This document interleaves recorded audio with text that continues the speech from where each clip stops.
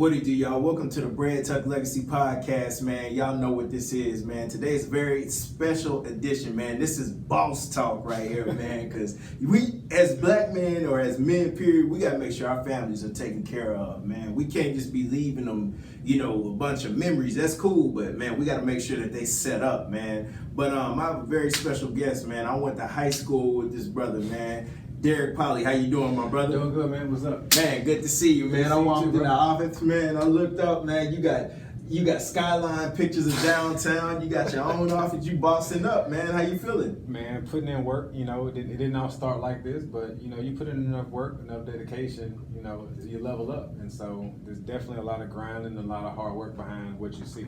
Absolutely, man. Let's go ahead and get into it, man. I want you to tell the people who don't know you, man. Tell them who you are and just give us a little bit about you, man. I remember you playing basketball. You was a smart brother in high. Well, you're still smart now, but smart brother in high school and everything. Tell us about Polley.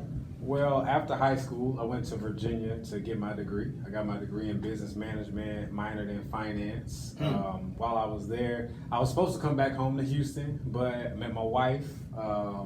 We got married, had some kids, bought a house. I started a few businesses in Virginia, doing the thing up there.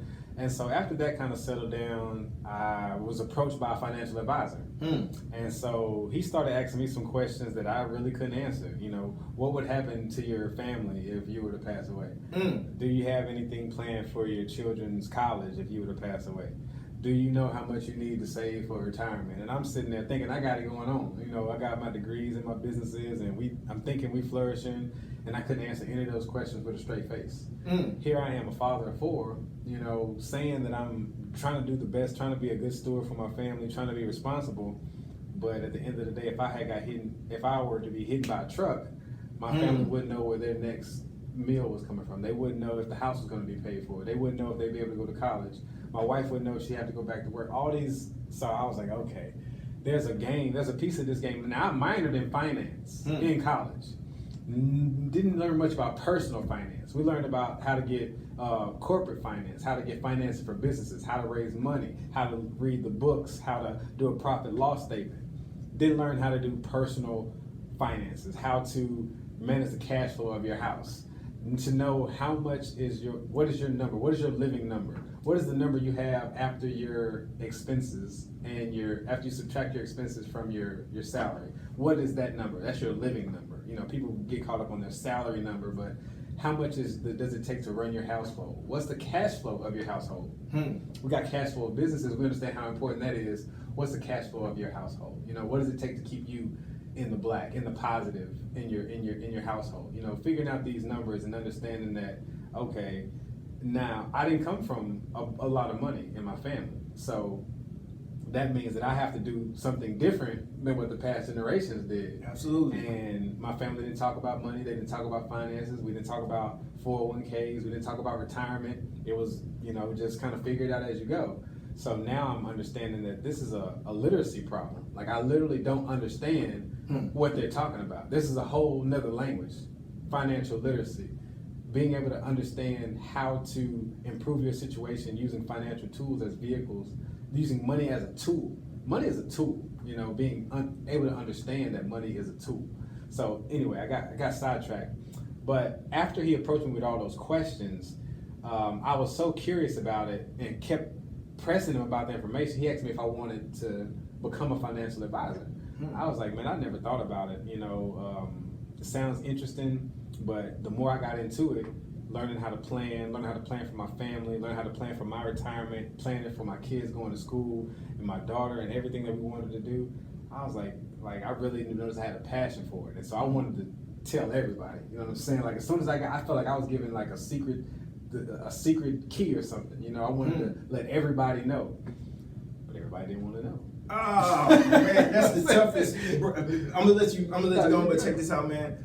That's the toughest thing in our community, man. You find out some information that can change lives, and you try to present it to somebody else that looks like you, and they kind of maybe they don't take you seriously, or they just kind of brush you off, or they think they got it when they don't got it. That's usually what most people say is, "Oh, I got it." You know, I got my 401k. I got my 401k at work. I got a good paying job. Like, I got it. I'm cool. But even if you have a good paying job, you know, in this business, you learn it's not how much money you make, it's how much money you keep. You can make as much money as you want to, but how much of that is yours? You know, how much are you going to be able to preserve for your kids and for the next generation? That's or important. how much are you giving away back to the IRS? How much are you giving away to frivolous spending? How much are you giving away to just nonsense? How much of that are you keeping every year? Because you can look good on paper all you want to, you know, by your income statement and your earnings, but how much of that is yours? How much are you keeping? Because it's not about how much you make, it's about how much you keep. Man, you know what? It's funny because you just said something that really just light bulb with me, man. Leaving something for your children. My biggest fear, I have a daughter.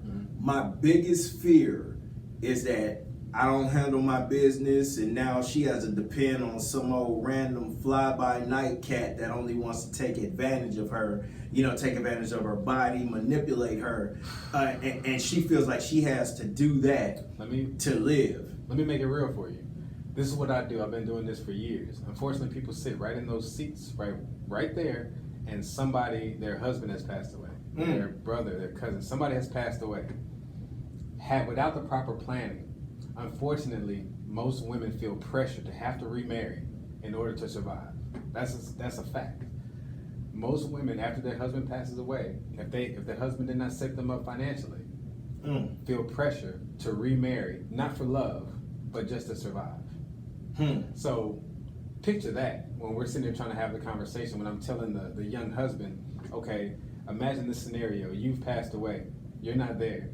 And do you want me to show up with a check for your wife and say, here, your husband wanted to make sure that the house was paid for, he wanted to make sure that the cars were paid for, and to make sure that the girls could go to school?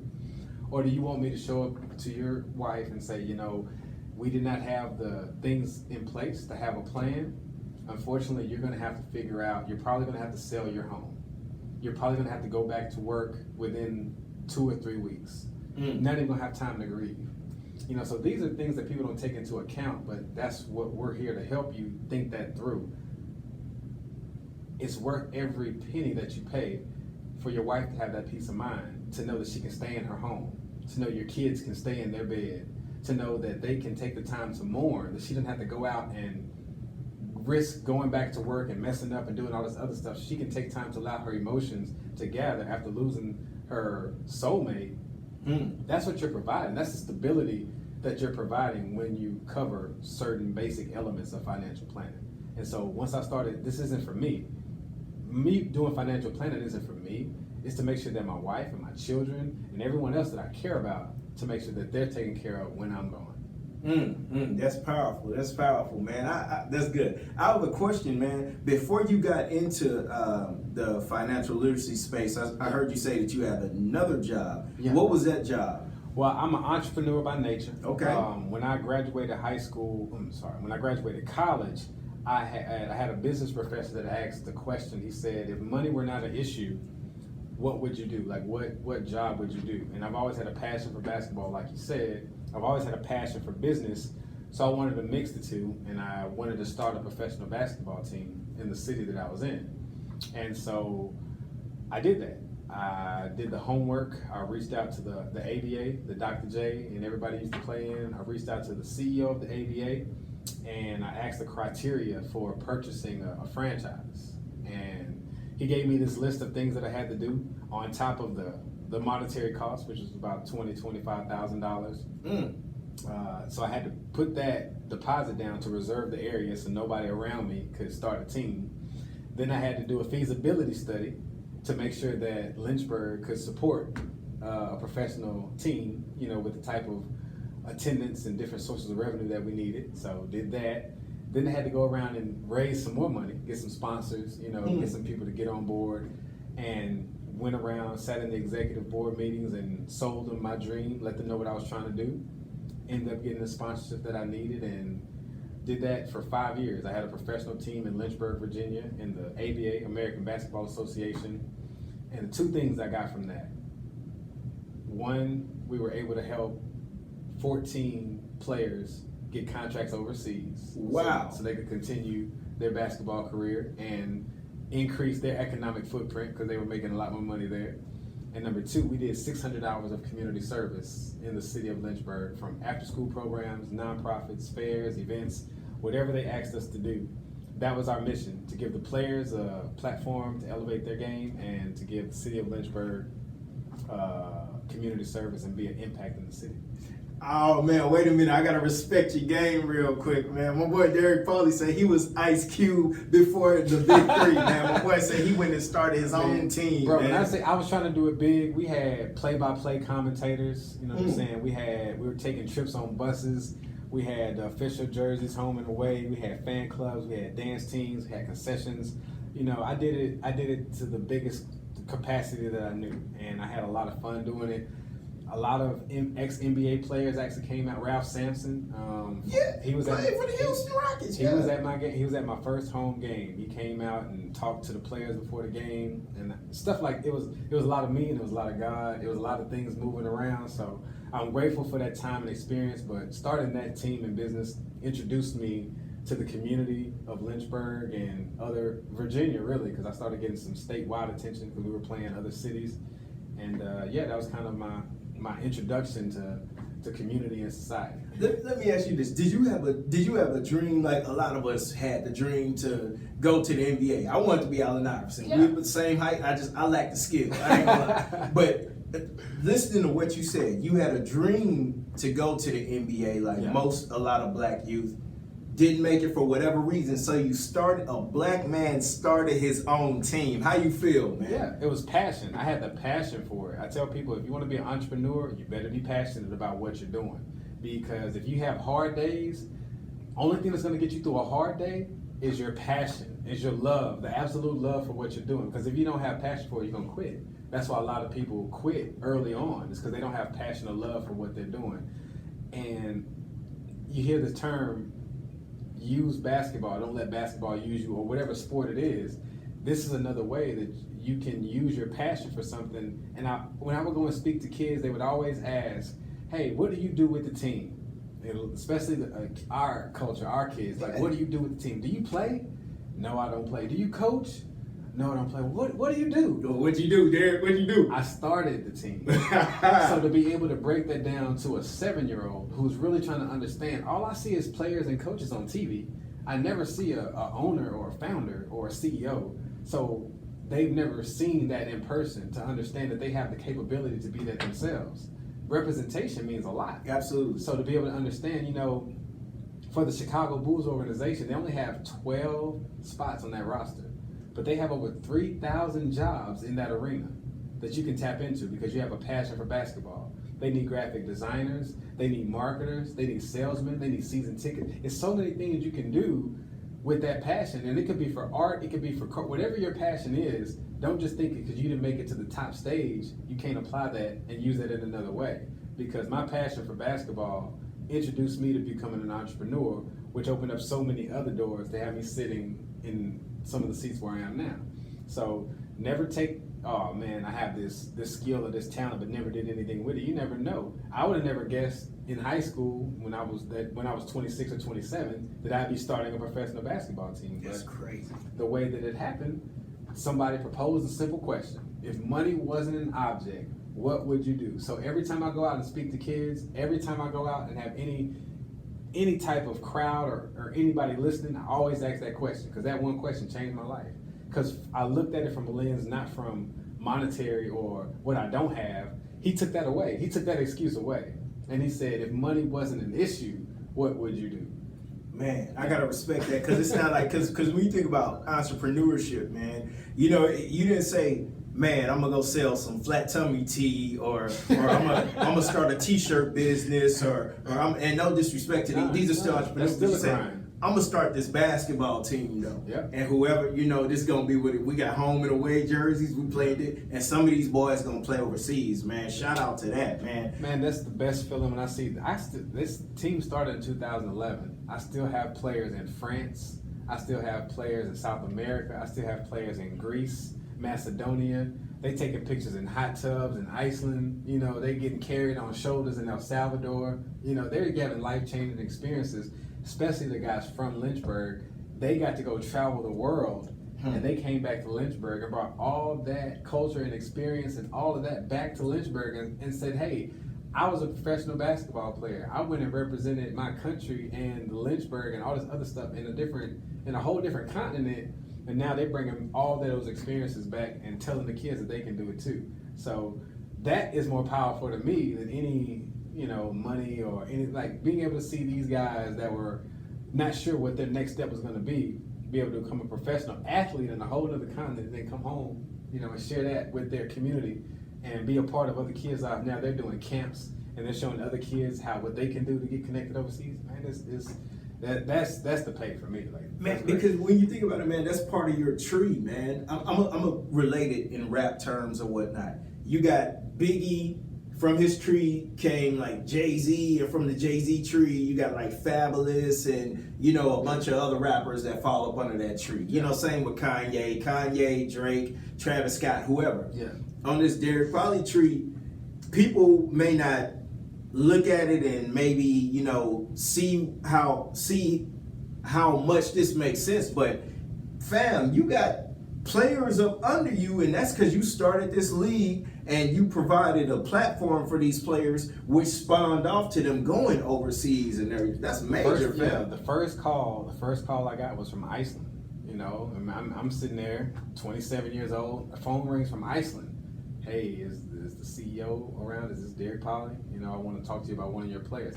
My jaw dropped, and I didn't want a dime from my players. I told them, I was like, I don't want anything, any part of your contract. I just want to help you get on and let you go do your thing, and then you just extend your hand back to the next player. You know, you just open up the doors. So I was excited, man. That's what I did. That was like the first real thing that I did when I got out of college. You know, and so that was I'll never take those 5 years back. That was so much raw, just pure fun. It was hard. Don't get it twisted. There was some hard nights because I had to raise several thousands, tens, hundreds of thousands of dollars to make it work.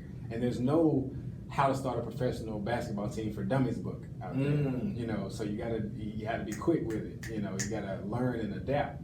And so I enjoyed it to the fullest. And but I worked for Habitat for Humanity. I did that for building the houses. Yeah, okay. Building the houses. I raised money for them. I helped raise the money that they would go out and build the houses with. And I think that just helped prepare me for seeing other phases of poverty, seeing different faces of poverty, seeing different conditions. You know, you're used to seeing it from what I grew up in, but to see somebody else's situation and understand you can give someone tools to help them get out of their situation. Habitat for Humanity isn't just writing checks and saying, here's your house. Like, you have to work, you have to put in work, sweat equity, meaning you have to physically work on the house, and you have to pay for it. You have to pay, it's a reduced payment, but it's physical money you're paying. That's empowerment to me. You're not just giving someone something and saying, here, go on. You're actually showing them how to sustain a mortgage and a home. Yeah. And now that's empowerment because their kids are seeing that. The kids might not have been in a place where they can see a homeowner, been in their own home and own space. Now I guarantee you those kids are going to want their own home. They're going to want their own space. Now they have expectations to have their own home and have their own space, not expectations to be in whatever environment they would have been in. So I transferred that over to financial literacy. I don't want to just want people to depend on the government and depend on Section 8 and depend on all these things. I think those things are needed in some places. But ultimately, if you're not giving people skills and tools, something that they can use when their back's against the wall, what's to say that once they get out of poverty, what's stopping them from going right back? If you never learn anything different, you never learn anything outside of what you saw. You never learned about a budget. You never learned about savings. You never learned about cash flow. You never learned about your personal number after your expenses, how much money you have left over. And those are just some of the basics. Okay, so let's say you come across a lump sum of money, lottery. Why do you think 71% of the people who hit the lottery end up broke? They don't have financial literacy. They don't know what to do, yeah. You don't get money and then learn about it. It doesn't work that way. You're gonna lose it. You know, that you're gonna be rich. Rich is temporary. You know, you wanna be wealthy. Wealthy means that you can pass this down to generations. You know, there's a difference between rich and wealthy. Rich is temporary. You might be rich 2-3 years.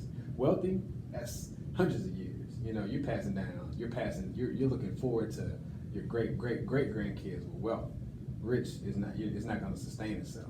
So there's a big difference between rich and wealthy. Man, check this out, man. Boy, Derek Polley, man, at 27, was sending cats overseas to play basketball, learning how to deal with money. At 27, I was carrying a tray, asking somebody if they wanted some tartar sauce with their fish, man. Goodness, But man. it's all in preparation. Absolutely. You know what I'm saying? It's all in preparation. You know, we reach different levels at different times. Absolutely. And I think you were where you were at the exact time you were supposed to be there. You know, and I was where I was at whatever. And it's all about timing, man. Well, boy, Derek Polley making me feel great about bumming when I really should have been stepping my game up. Oh, man. I had some bum years. Man. I didn't. In school, I wasn't the best student. You know, I started. And I tell all college kids, I started off studying exercise science. I think it was like for people wanting to go into physical education and things of that nature. But I didn't have any interest in that. My grades reflected it. C's, D's, maybe a few B's. It wasn't until I switched my major to business, you know, and I started realizing, like, man, I like this. You know, this is teaching me about how I can start businesses, run a business, do different things, give me the basic. I like this. A's. You know, once my interest was there, once it had my attention, once there was a connection, I started getting A's. I was still the same cat, still the same smart cat, but I wasn't applying myself because I didn't have interest. So I tell all the kids going to college, like, make sure you have a real interest in what you're doing, or your grades are going to reflect it. You know, well, in my case, they did. Like my grades had a direct reflection between my interest in what the teacher was talking about and what I could see myself applying down the line. This is some good stuff, man. We're gonna talk a little bit about the money, but before we get into that, Okay. you, while in Virginia, you ran for some form of office. Yeah. Tell us a little bit about that, bro. Well, last spring I ran for city council in Lynchburg, Virginia. Well, let's back up a little bit. Before that, I served on the Lynchburg City School Board for 3 years. The school board, they help set the budget, they help set the calendar, they do hires and fires of principals and superintendents, and help set policy. So people ask me, how did you get on the school board? Okay, my daughter was involved in a situation where there was an altercation with another student. He was Caucasian. He hit my daughter. Oh no. And my daughter hit him. And the school decided that they were going to have meetings with the son and their family without me. Oh no. And so they had 3 meetings and came to the conclusion that my daughter needed to be suspended 365 days. First offense, straight A student, never been to the office. Okay, so of course he was affluent. He was from an affluent family. They heard that, you know, this incident happened and wanted immediate action. So I get the call to come to the school, and they're like, yeah, Mr. Polley, we're going to have to suspend your daughter for 365 days. I said, wait, what? I was, this is her first time ever getting in trouble. Like, what do you mean? I was like, and how did you come to this conclusion before even involving me in the process?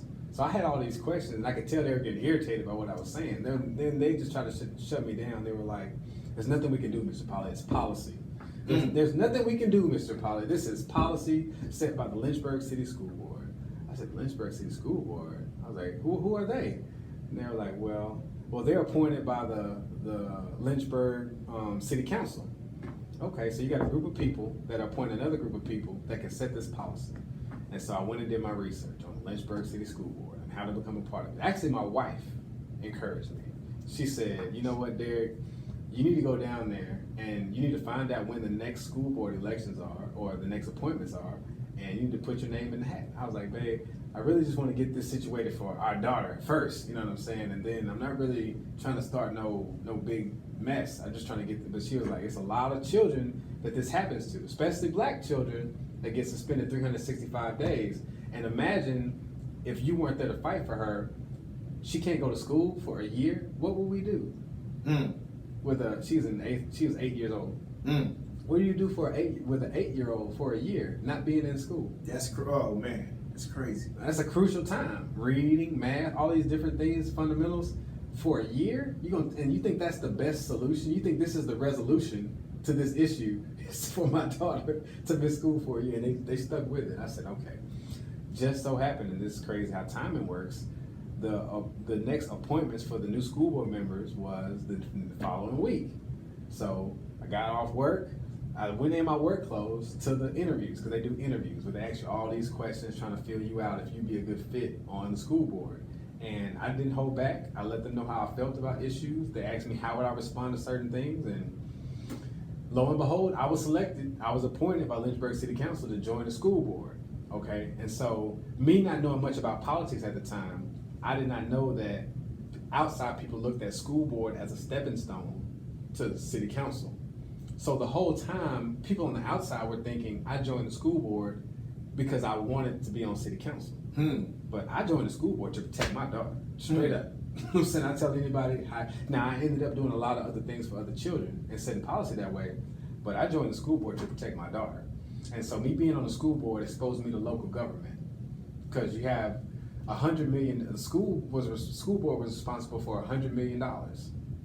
Yeah, so you start talking about numbers. You start talking about big money and math. Okay, so now you start talking about, okay, where's that money going? Why is that money only going to these schools? Why don't these schools have this? And you start understanding the politics and what's behind what's making things. After the first school board meeting, I get a call from a congressman. I'm like, yeah, Congress people watch this? Like, it's that big of a deal? Because it's money involved. It's money tied to it. They monetize education. So then I started getting into local government, understanding what my city council did. Okay, what does my city council do? You know, okay, they set the budget. They determine if streets get fixed. They determine which neighborhood gets revitalized. They determine if your firefighters are paid. They determine how much your police officers are paid. They determine if you're going to fully fund school. They determine if you're going to pay your teachers, how much you're going to pay. All these different things I never knew. And so now I'm understanding what the importance of these bodies of government are and what they actually control. So during my 3 years on the school board, everybody kept asking me, was I going to run for city council? Initially, since that wasn't my reason for getting on the school, I didn't want to do it. You know, I don't know anything about that, but as I started learning about it and started seeing how stagnant the city of Lynchburg was because of the members of city council, they have a large responsibility. You know, they have to do a lot of things, and if a certain group of those people want to keep things a certain way, they can. They're in positions of power to be able to keep things exactly how they want it to benefit. And so I realized nothing was going to change if nobody contested. And so that's what prompted me to run for city council. With my financial literacy background, the city of Lynchburg had the highest poverty rate in the state of Virginia at 25%. No exaggeration. Highest poverty rate in the state of Virginia. And I'm telling people, there's no way we can help these people outside of, we can give them things, we can give them programs. We have to give them financial literacy. These people have to understand their money. They have to know how to use money as a tool. They have to learn how to spend money on things that makes them money. You know, it's a simple concept. Do you spend money on things that take away from your money, or do you spend money on things that make you money? You know, if you answer that question, it's pretty much, you'll figure out which way your finances are going. And that was that was like the foundation of what you were running on. On city council was financial literacy. Financial literacy. Teaching people the basic fundamentals of financial literacy. Setting up a household budget. Understanding your cash flow. Talking about the difference between interest rates and loans. Why not to go to these cash loan places and these cash advance places. Learning what those interest rates on the back of that contract means. How to read that jargon, how to read your lease and understand what these different financial concepts mean. Like, they're not just numbers on paper, like they mean something. And once you can understand, that's like trying to play Monopoly without reading the instructions. Like, you gotta read, if you wonder why you keep losing, me and you playing Monopoly, you wonder why you losing every day. I didn't tell you, I read all the instructions. I got the game plan right here.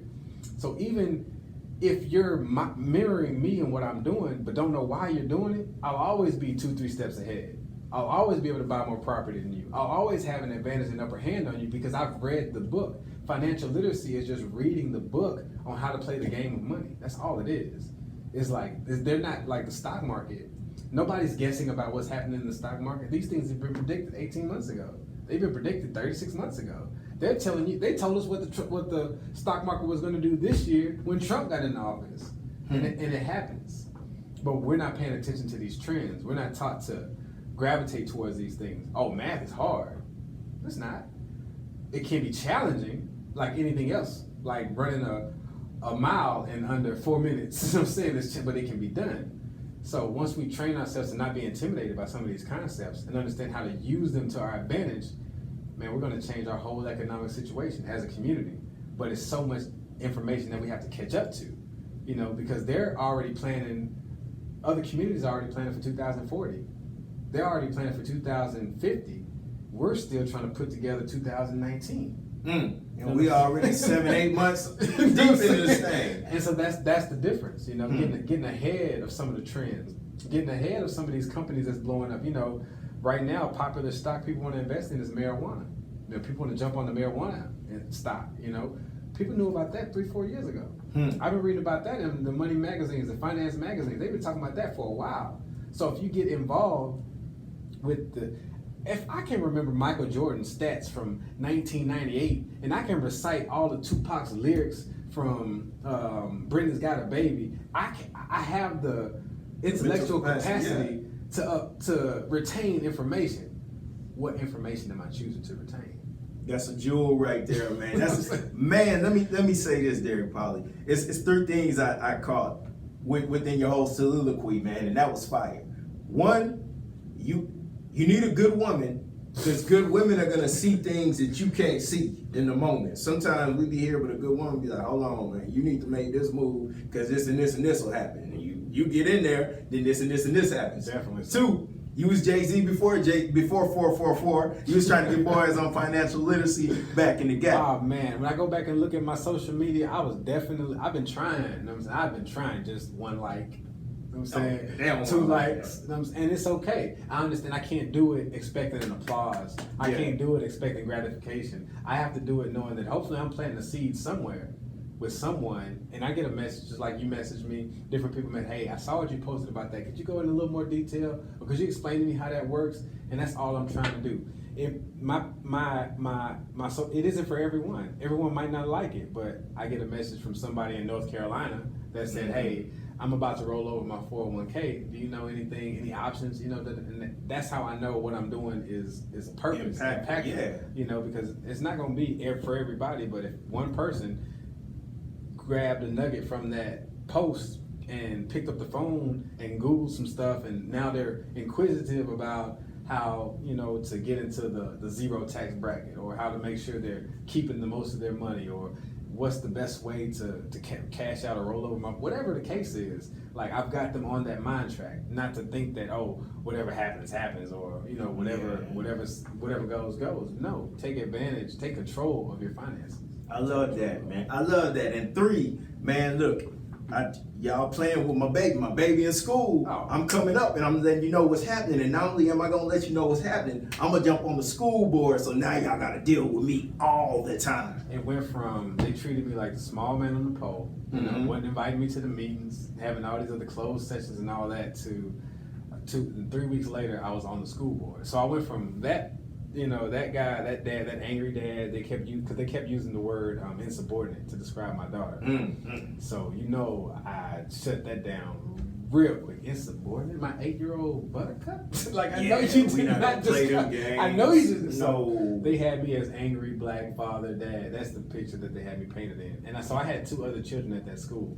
They had the gall to tell me that the space was filled and that my 2 younger children would have to find other schools to go to. That's what they told me before I got on the school board.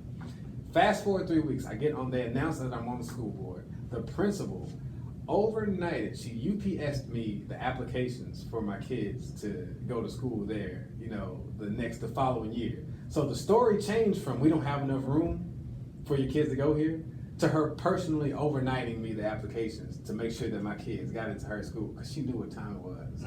She knew the leverage had changed, the power had changed, everything had shifted. Because the school board has, I mean, I wouldn't have used it like that, but the school board has the power to hire and fire. Like, that's who hires and fires teachers, that's who hires and fires principals and things of that nature. And so she realized that she was on the other foot. Now she was from a figure of authority to coming to a meeting presenting to me. You know, so completely different sides. You know what I'm saying? Completely different. I just sit there and look at her and smile and let her know, like, I'm not like you though. You know, I'm gonna hear you out. I'm not gonna try to abuse my position just because I'm in it. I might stress you out a little bit. I might put you through a little friction here and there just to joke with you, but I'm not here to make your life hell like you were trying to do me, trying to keep my daughter out of school within 65 days. You know, but it's crazy how the situations flip real quick. Things went from 0 to 100 with her real quick in 3 weeks. A person that she just looked at me as a black father, angry black father. Now I'm literally her boss. Yeah, see, Rick Ross had a line that pushed it to the limit on the Port of Miami album. He said, "Who would have known that dishwasher would be your beholder?" And that just reminds me, yeah, you playing with me now because you think it's all okay, whatever. But 3 weeks later, where your presentation at? And it better be fire. It better be fire. And you know my daughter goes there, so now I'm popping up. You know, all of a sudden I'm, hey, Mr. Polley, you need anything? You want to? You know, they being extra friendly. You know, all that stuff. But it was pretty cool. Man, I love that, man. It's instead of sitting back and complaining about things, okay, how can I jump in here and push action, man? How can we make things shake, man? Because sitting back and complaining, that ain't going, man. Everybody was doing that. You know, everybody was talking about the school system. Everybody was talking about the city and different things and the functions. Why complain about it if you're not going to do anything? So, and the city council. I did not know how to run for city council. You know, that was something that I was doing. I was learning as I was going. I had never been a part of a campaign. I had never knocked on doors. You know, I had never done anything in an official capacity anyway with city council. So once again, kind of like the basketball team, I had to kind of start from scratch. How do you run a campaign? Like, where do you start? You know, how do you have to file paperwork? You have to hire a campaign manager. You have to do these speeches and engagements. You have to file with the IRS. But once you get through it, now I realize, even though I didn't win, I'm in a position now where I can at least help prepare someone. Somebody can reach out to me if they're thinking about running for city council and saying, hey, I need help with such and such. And I can point them, and I can give them some of my game and be like, hey, this is what you need to do. This is what you need to focus on. This is how you raise money, which is a big part of politics. You gotta know how to get out there and knock on doors and get the money in. So city council, I learned so much about. You watch the show House of Cards? I haven't. I heard of it though. It's just a show about politics and how things work, how deals are done, how business is made. You learn how business is really done. You know, because you think you know, but you get behind closed doors and you start seeing the ties and the connections to the big names of the city, the old money in the city, the old guard, the people who've been in positions of power for a long time. We've talked to, I used to look up to people that had a lot of material things and money and things of that nature in my youth. I didn't necessarily look at people in positions of power, because there's a difference between having money and having power. You know, and you figure it out. You figure out the difference quick when you get into politics, and even in a small city like Lynchburg, what people are willing to do for that power, and how they're willing to sacrifice their integrity for that power. So if they're willing to do that in little old Lynchburg, what are they doing in the Houstons and the New Yorks and the Los Angeles? So I'm very anxious to get out here in these Houston streets, see what these boys got going on. Okay, Eric Polley giving us some fire information and some jewels here, man. Before we get up out of here, man, let's talk a little bit about this money. Let's talk a little bit about this money. As you know, Derek Polley, it's 2019, man. College isn't valued the same way it once was. What do I mean by that? I read an article, and Google, Amazon, and all that, they're now positioning themselves to where you don't even need a college degree to work there anymore. No. So a lot of us who grew up, we got student loans and all that, but these millennials, they're like, man, I don't need, I'm finna build this tech game or whatever. College is generalized. You know, our college system here is generalized. What those companies are looking for is specialization. They want to know something specific that you can do. They don't want you to just go, even like some degrees like business management, that was popular 10 years ago because you could do a lot of things. They're not necessarily looking for business managers. They're looking for whatever function in their company that they need. they want specific things that they're looking for. So you can't just go get a generic business management degree if they're looking for someone who knows how to broker deals in a certain space or a certain area, whether it be oil or energy or whatever. They're getting really specific on what they want. And even in my profession, a degree does definitely help my profession. But for what I do, you need certificates, you need licenses, you need actual demonstration that you've mastered these subjects, and a degree isn't going to get you that. So you're 100% right. A lot of companies, a lot of the jobs for the future are not based on your general 4-year degrees. Sometimes you can be specialized, either a 2-year degree or a trade or internship. There are other ways to get the experience you need to get on with some of these companies, and I'm loving the flexibility, because sometimes I know some dumb people with some degrees, you know what I'm saying? No knock to anybody, but there's some dumb people with some degrees, and there's some smart people without degrees. So just because you have a degree doesn't mean that you can necessarily do a job. It means that you have the competency to jump through the hoops to prove that you can do demonstrate certain levels of, competency. That's what it does. It doesn't mean that you'll be a good fit or that you'll succeed or excel at that job. And I see it all the time. So being able to specialize in a field or learning a trade, people, electricians and welders, they make some of my clients, bro, big money, good money, man. I don't know why we were taught to look down on trades, like it was second class. Yeah, they're the ones cleaning up, bruh. Big money. I wish I would have known about some of those opportunities, So I'm glad that I was able to being in this helped me see how everyone has different ways to get about their financial success. I have some entrepreneurs who are heads of very successful companies, no degrees, man, no degrees, but they use their networks, their experience, and they use they were able to have the vision on what they needed to be around and start asking questions from people. Being around, a wise man told me, if you hang around the barbershop long enough, you're gonna get a haircut. So who you hang around, who you surround yourself with, the connections you can make can take you a lot further than the degree can, because you can be sitting right next to some major players and decision makers and put yourself in a situation where you can really thrive. I'm glad you said that. So here's my question. I know you got a business, so you don't want to give all your game away. People gonna have to come see you. Yeah. They got enough game right here. People got enough game in the video. They gotta come see you. Right. But my question is, I got a daughter. She's 10 months. I want to put something away for her. By the time she's 18, college may be an afterthought. Right. What is something that what's a financial vehicle that I could put some money into, so that by the time she's 18, 19, 20, if she decides she doesn't want to go to college, it's still something here that can help fund her business or buy a house or fund her vision, her future? Well, one of the more popular things are the trusts.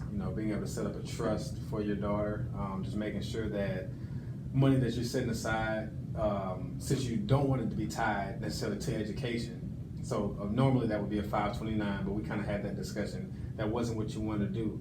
Provide some flexibility. You can set up the trust for her, fund the trust yourself, and then at the age of whether it be 18 or 21 or 26, you can kind of set that. Then she could start receiving the benefits from that trust. Secondly, we have different financial vehicles that I like. Some are tied to the stock market, but we know how that can go. There's a lot of mischance in that. So when we start talking about something as precious as, a gift or a foundation for your daughter, start thinking about some things that are a little bit more guaranteed, a little bit more secure. We have bonds, that are option. We also have some insurance policies that are options. People say insurance. I didn't know you could invest in insurance. There's investment grade insurance. Why would I recommend insurance? Because it's a guaranteed contract.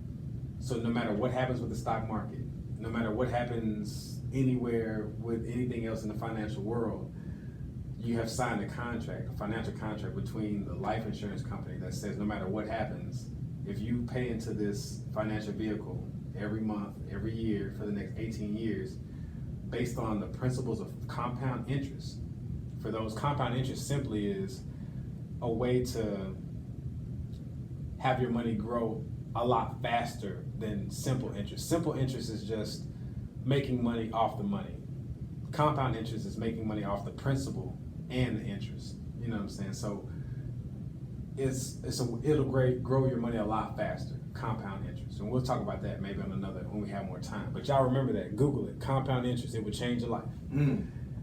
Albert Einstein said compound interest was the 8th wonder of the world. That's how important it is to your money. So remember that. If you don't take nothing else from it, compound interest change your life. That's good. That's good. Compound interest. Another jewel you hit me with when I talked to you on the phone. You told me that a 401k wasn't originally created to be an investment plan into your future. Give us a little more on that one. All right, this I'm gonna give you this, and this is gonna be it, because this trips people out. All right, the 401k, introduced in the 1980s. Okay, it came about as a way for the government to give a tax break to business owners. Okay, they wanted business owners to invest more into the stock market. Okay, when did the stock market boom? I don't know if you remember. A lot of people don't. I study these things. The stock market boomed in the 1980s. When did people start contributing to their 401ks? In the 1980s. That's when it boomed. So the government was trying to encourage everyone to contribute to the stock market so it could boost the economy. Right? Okay. So now we have stock market's booming, stock market's booming, stock market's booming. Guess what happens every time somebody makes money on the stock market? You gotta pay taxes. You gotta pay a capital gains tax. It's almost as if the government was building a revenue stream for themselves. 401k is not a savings plan. 401k is the 401-K section of the U.S. tax code. It has nothing to do with savings. It has savings capabilities, but it was only designed to be a tax break for the employers. It had nothing to do with employees. You were never supposed to depend on your 401k for your retirement. I had to look at y'all for that. You were never supposed to depend on your 401k for retirement. It was designed as a tax benefit for employees. So now they got everyone investing into the 401k in the 90s. And so now the stock market is going through the roof. Like I said, the government knows that they're going to be able to get a tax off of every time somebody makes money on the stock market, because you have to pay the capital gains tax.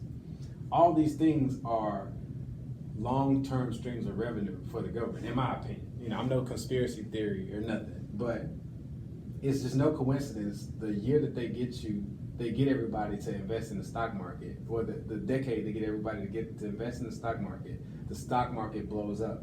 And now all of a sudden they're able to get a tax revenue from all the dollars made from that stock market blowing up. Just educating yourself on what we have as tools, and understanding that a 401k will never be. I haven't had a client yet that they had enough money in their 401k to retire.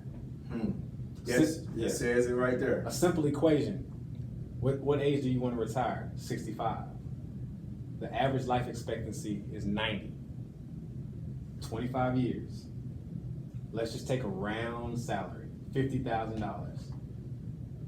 That means you have to produce $50,000 from age 65 to 90. That's 25 years. Multiply 25 years times $50,000. And that's how much money you need for retirement. You want to know what that is? Man, what's that? $2.4 million. Man. So when I take people down this path, I need $2.4 million to retire, to live the way I'm living for 25 years till I'm 90. Then they understand why this is so important. Now they start to feel, okay, maybe I'm not as prepared as I thought I was. Maybe I should start looking into some other options and other things to kind of make sure I'm covered on all bases. Maybe I should diversify in case the stock market crashes and all my portfolio is in that one pot. And now it starts to make sense, because you think you're secure. Because I got a good job. I got a good salary. I make good money. That doesn't mean you're prepared for 25 years. 25 years. That's what we got to do. We have to. And that's taking the guesswork out of you. That's what people come to see me for. Don't come tell me you want to retire. come tell me the number that you need to hit. I'm gonna tell you, you need $2.4 million to retire at 65 if you want to live the lifestyle that you're living. And you need to be putting away $800 a month if you want to hit that number. Or you need to be putting away $1,200. You need to be putting away $400, whatever your number is. So I take the guesswork out. So now we have a target number, 2.4 million. How you want to go about it? And I give you options. You want to be aggressive? You think you can put away $500 a month? You think you can put away $1,000 a month? You think you can put away $2,000 a month? What do you want to do? Because it's up to you. I can't plan it for you. I can give you recommendations, but this is your plan. So now, if you're really serious about planning for your future, how are we going to get you to that 2.4 million? That's my job, to take that pressure off of you and help you realize that there's steps in place to get there, you know? Oh, man. And one last question. What books do you recommend people, because you got a wealth of knowledge when it comes to this financial literacy thing that a lot of people don't have. Yeah. But what books would you recommend? If somebody's watching this video and they're like, man, I need to get on the game. I tell people one of the first books that changed my life was by Benjamin Franklin. It's called Way to Wealth. People are like, why are you listening? Benjamin Franklin was one of the wealthiest people in the country. He wasn't a president, and he's on the $100 bill. I'll say that again. He wasn't a president, but he's on the $100 bill. George Washington, our first president, he's on the dollar bill. You know, Abraham Lincoln, he's on the, these guys, you know, but this guy wasn't a president, only non-president on a $100 bill. He taught me two things on the book. There's only two ways to build wealth: reducing expenses or increasing your earning capability. So you can either cut off your expenses and stop spending so much, or you can go out there and you can increase how much money you're making. But he said the ideal situation, the perfect scenario to build your wealth is to do both at the same time. Find ways to decrease your spending and find ways to increase your income. He said that's the basic fundamental one. Like, out of all the theories and studies and all the stuff that I heard, that stuck with me.